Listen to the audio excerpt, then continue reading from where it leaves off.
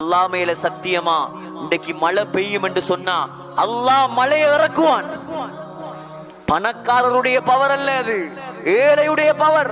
நாயகம் வாழ்ந்தது ஏழையாக, நாயகம் ஆசைப்பட்டது ஏழையாக, ஸல்லல்லாஹு அலைஹி வஸல்லம் மௌத்தானது ஏழையாக.